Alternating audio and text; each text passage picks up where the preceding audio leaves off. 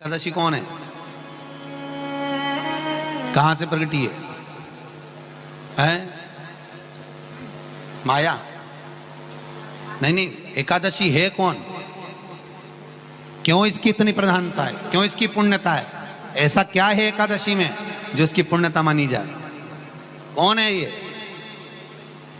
जो भगवान नारायण तक एकादशी का व्रत करते हैं? सुभद्रा जी को भगवान जगन्नाथ ने, जगदीश ने एकादशी का व्रत कराया था। बद्रीनारायण भगवान को माता लक्ष्मी ने एकादशी का व्रत कराया था। क्यों? चंद्रायण एकादशी व्रत की माता। एकादशी है कौन? तो कहा जिसको व्रत करने पर भगवान नारायण भी जिसका व्रत करते हो, भगवान माता लक्ष्मी जिसका व्रत करती हो, वो एकादशी है कौन? तो शास्त्र वर्णन करता है महाराज, स्कंद पुराण का सुंदर चातुर्मास्य खंड के अंतर्गत वर्णन आया है महाराज। एक बार भगवान विष्णु आनंद में विराजमान थे, पद्मावती और माता लक्ष्मी दोनों उनके पास में विराजी हुई थी, दोनों बैठी। भगवान लक्ष्मी और पद्मावती दोनों बैठी है, एक सिर के पास, एक चरण के पास। कुछ समय बाद वहीं पर ब्रह्मदेव का आगमन हुआ और ब्रह्मा जी आगमन पाकर भगवान नारायण पद्मावती से लगकर उठे और उठकर लक्ष्मी की ओर झुके। झुकने पर इन तीनों के समागम से भगवान नारायण के हृदय चित्त से एक कन्या प्रकट हो गई। उस कन्या का नाम एका था। क्या नाम था? एका। अब 10 उसके गुण इतने प्रबल थे, वो 10 गुण उसके बड़े प्रबल थे कि वो एका जिसको निहारती थी उसको संपदावान बना देती थी। जिसको देख लेती थी उसके जीवन में वो आनंद की अनुभूतियां करा देती थी। एका जिस मार्ग से जाती थी उस मार्ग के द्वार खोल देती थी। एका का पुण्य इतना पुण्य प्रखर। पद्मावती और लक्ष्मी ने कहा, महाराज ये बेटी आपके द्वारा निर्मित हुई है, इसका कन्यादान करना चाहिए। हमारे यहाँ हिंदू धर्म में रीति है, जिस दिन कन्यादान करा जाता है उस दिन व्रत रखा जाता है। अब आजकल रखते कि नहीं रखते हो मालूम नहीं, और कन्यादान करते समय व्रत रखा जाता है। व्रत रखना, एका का कन्यादान करना है। भगवान बोले कन्यादान करें, किसको दें? एका किसको दी जाए? एका प्रदान किसको करी जाए? पुण्यता किसको दी जाए? भगवान नारायण ने उसी समय लक्ष्मी और पद्मा से पूछा, तुम बताओ। पद्मा लक्ष्मी दोनों एका से पूछी, एका बताओ इसका पुण्य हम आपका हस्त कमल आपको प्रदान किसको करें, हम किसको दें? एका कहती है पिताजी, भगवान से कहती है नाथ कृपा करिएगा मेरे को, अगर प्रदान करना चाहती हो, अगर मुझे देना चाहते हो तो एक काम करो, एक काम करो। यदि आप देना चाहते हो तो भगवान एक काम, माता ने कहा कि पिताजी अगर कुछ देना चाहते हो तो ऐसी कृपा करो, संसार के मनुष्य अगर मृत्यु लोक में आकर के अंदर 2 एकादशी का भी पुण्य भाग अगर ग्रहण करते हैं तो ये एका उनकी होती है और वैकुंठ का राह खोल देती है। इनके जाने से पहले अगर मैं प्रवेश करती हुई जाऊंगी और इनके मार्ग को सुलभ बनाती हुई जाऊंगी, वो एका 10 गुण के कारण एकादशी। सबसे पहला नियम एकादशी व्रत का, सबसे पहला नियम है कि आप जिस दिन व्रत करो उसके एक दिन पहले भक्ति का संचार इस हृदय में करो। भक्ति का संचार इस हृदय में कर लीजिए। जिस दिन आप व्रत करो, जैसे एकादशी का व्रत कर रहे हो तो 10वीं के दिन शाम का समय जब आवे, रात्रि जब होने लगे, शाम का समय आवे और रात्रि का आप जब भोजन ग्रहण करो तो उस भोजन में कोई ऐसा पदार्थ ग्रहण मत करिए जिस पदार्थ के कारण आपकी एकादशी बिगड़ जाए।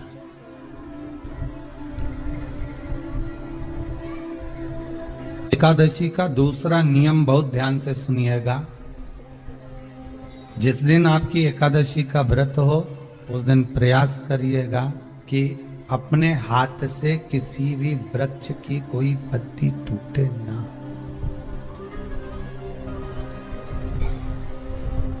अपने हाथ से किसी भी वृक्ष की, पौधे की, किसी भी वृक्ष की पत्ती अपने हाथ से ना टूटे। बहुत ध्यान दीजिएगा महाराज। एकादशी का ये दूसरा नियम है कि अपने हाथ से किसी पौधे की, किसी वृक्ष की, किसी डाली की कोई पत्ती टूटे ना, कोई पत्ती ना टूटे, इसका प्रयास करिए। यहां पर तीसरे नंबर का जो, चौथे नंबर का जो उपाय बताया है, उपवास करने का जो नियम बताया, उसमें वर्णन किया। एकादशी के दिन अगर आपका व्रत है तो आप भूलवश भी डब्बे में रखी हुई रोटी गाय को ना देते हुए कुछ थोड़ा सा फल, फलहार, कोई केला, कोई सेब, जो आप खाते हो, अंगूर, पपीता, जो आप ग्रहण कर रहे हो, उसका थोड़ा सा भाग आप गाय को प्रदान करो। आप गाय को दीजिए।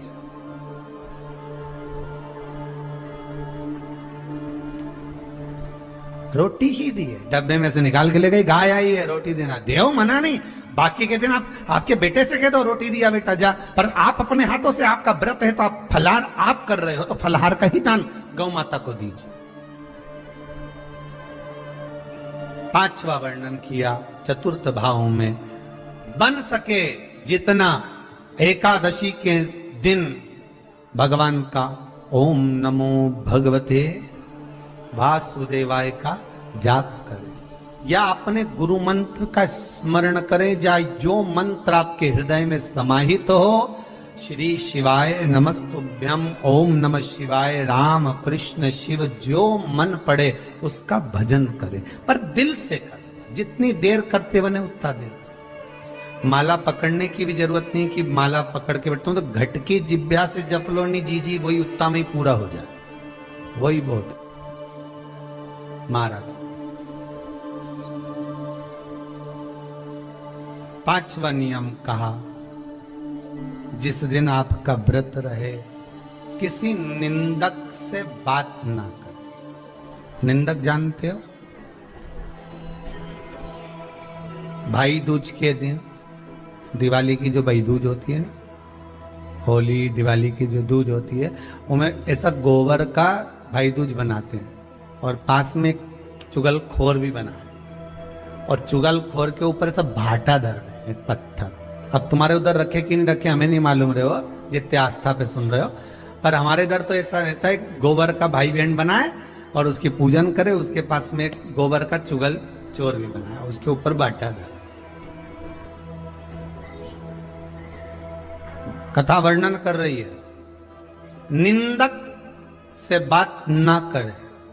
मान लो किसी ने आकर आपको निंदा कर भी दी तो तुरंत सूर्य नारायण भगवान का दर्शन करें और 3 बार उनका दर्शन कर कर नेत्र बंद करें, तब जाकर वो निंदा जो अंदर गई है, अंदर पवित्रता प्रदान करेगी, तब जाकर एकादशी का व्रत लगेगा। पहले तो प्रयास करो, अगर जो निंदा करने आता है ना तो उसको उस दिन एकादशी वाले दिन दरवाजे पे लिख दो कि चुगल चोर। फिर कहा जीव की हत्या ना करे, अगला नियम है, अपने द्वारा जीव की हत्या ना हो, प्रयास करना, किसी को कष्ट ना हो। 18 नियम में से एक नियम और, प्रयास करिएगा एकादशी जब भी करें तो द्वादशी से जुड़ी हुई करें, 10वीं से जुड़ी हुई एकादशी कम करें। जो वैष्णवों की एकादशी कौन सी होती है? जो एकादशी द्वादशी से जुड़ी हो, 10वीं से नहीं। 10वीं से जुड़ी हुई एकादशी व्रत कहलाती है, और द्वादशी से जुड़ी हुई एकादशी पुण्य फल प्रदान कर कर वैष्णवों को भगवान के चरण में छोड़ आती है। इसलिए एकादशी द्वादशी से जुड़ी हुई होना चाहिए। वैष्णव एकादशी। फिर अगला वर्णन किया गया। महाराज शास्त्र कहता है, अगला वर्णन जो किया गया उसमें बताया, प्रयास करें जिस दिन एकादशी हो उस दिन घर में बुआरी झाड़ू आदि जो लगती है वो दूसरा लगा लें। क्यों? उसका वर्णन है, अगर आप बुआरी लगाएंगे, झाड़ू लगाएंगे, पोछा लगाएंगे तो हो सकता है कोई जीव आपके हाथ के द्वारा मर जाए। तब एक बार ये कथा हमने काशी में कह दी थी। कहां करोगे? सारे व्रतों में केवल एक व्रत ऐसा होता है एकादशी का, जिसका उद्यापन पहली एकादशी पर भी कर सकते हो। सारे उद्यापन में केवल एक उद्यापन ऐसा होता है, सारे व्रतों में एक व्रत का उद्यापन ऐसा होता है, वो है एकादशी का। ये जरूरी नहीं कि 26 पूरी होगी तभी तुम करोगे, या तो पहली में ही कर लो या फिर 26 पूरी हो तब कर। पर उद्यापन, अगर तुमको ऐसा लगे कि हाँ मैं अभी तो जीऊंगी हो, अभी तुम्हारा बाल भी धोला नहीं हुआ, तुमको ऐसा लगे तो अभी तो मैं तो बढ़िया, तो पहली पर करने से क्या फल मिलेगा? तो एकादशी की नियमावली कहती है, अगर मान लो आपने पहली एकादशी पर भी उद्यापन कर लिया, इसके बाद में जितनी एकादशी करोगे वो सारी तुम्हारे खाते में जुड़ती जाएगी। मतलब बैंक में खाता खोल लो, ठीक है?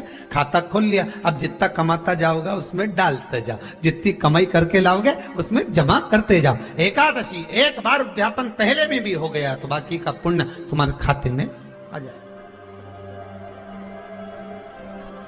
उसका पुण्य। एकादशी का उद्यापन बड़े महीने में माघ शुक्ल एकादशी के दिन, माघ का महीना हो, शुक्ल पक्ष की, जम के बोलिए, एकादशी हो, प्रयास करना कि आप उद्यापन करें। भले 5, 10, 11, 12 जितनी एकादशी हो जाए, 26 हो जाए तो ज्यादा अच्छी है, नहीं तो आप करें तो माघ महीने की शुक्ल पक्ष की एकादशी के दिन आप उद्यापन करें। प्रयास रखें, प्रयास रखें। बड़े महीने के अंतर्गत जो उद्यापन, हाँ चतुर्मास के अंतर्गत उद्यापन नहीं होता एकादशी का, बहुत ध्यान दीजिएगा। ये जो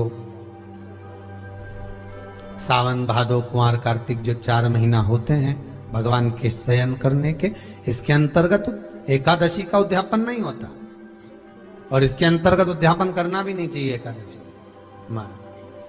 एकादशी का उद्यापन माघ महीने की शुक्ल पक्ष की एकादशी के दिन आप बहुत प्रेम से आनंद के साथ करिए महाराज। परंतु एकादशी के उद्यापन में सबसे ज्यादा अगर कुछ जरूरी होता है तो 24 तरह का नैवेद्य जरूरी होता है। कितने तरह का? 24 तरह का नैवेद्य। अब आप कहोगे गुरुजी उद्यापन हम कर रहे हैं एकादशी का, तो उसमें तो फलहार का हमें नैवेद्य बनाना चाहिए।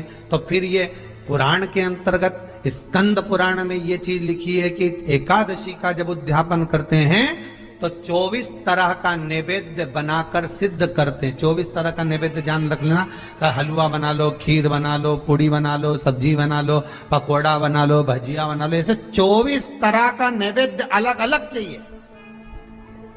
पर लोग क्या करते हैं, खोपरा पाक बनवा लेते हैं 1-2 किलो और 24 जगह रख देते हैं। स्वीकृत नहीं है। 24 तरह का नैवेद्य रखा जाता है। महाराज